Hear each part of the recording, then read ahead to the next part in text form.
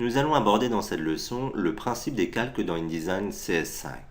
Pour ce faire, nous avons ouvert ce document, couverture ROM plus calque, document que vous pourrez retrouver dans le dossier exemple. Nous allons à présent afficher la palette calque, menu fenêtre, calque raccourci clavier F7. Ce fichier est en effet composé avec le principe des calques.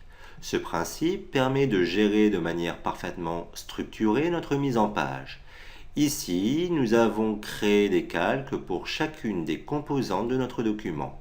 Ainsi, nous avons un calque pour les images, un autre pour les titres, etc. Il est possible, grâce au calque, de ne visualiser que certains éléments de votre mise en page. Il suffit pour cela de masquer le contenu d'un calque en cliquant sur l'icône ici située à gauche du titre de calque. Je vais masquer par exemple toutes les images de mon document. Voilà, toutes les images sont à présent invisibles à l'écran. Les éléments non visibles ne pourront être imprimés. Je vais à présent réactiver mes images. Voilà. Ainsi, grâce au principe des calques, nous pouvons imaginer un document multilingue.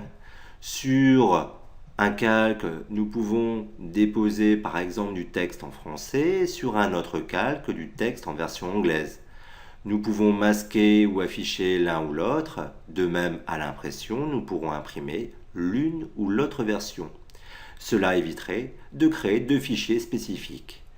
Bien évidemment, c'est à vous de créer les calques.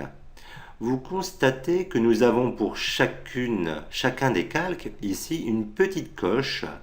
Si nous cliquons dessus, nous allons développer notre calque.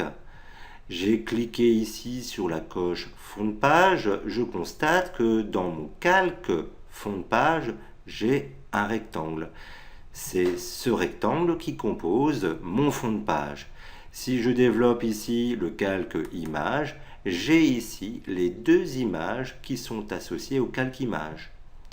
Donc, ces éléments vous permettent de mieux comprendre la structure et la composition de votre calque. Donc, lorsqu'un calque est parfaitement agencé, nous pouvons le verrouiller pour empêcher tout déplacement d'objets. Ainsi, notre calque est sécurisé. Je ne peux plus ici déplacer mon image. Par contre, vous constatez que j'ai pu déplacer mon fond. Je n'avais pas verrouillé le calque fond de page. Je vais annuler cette action.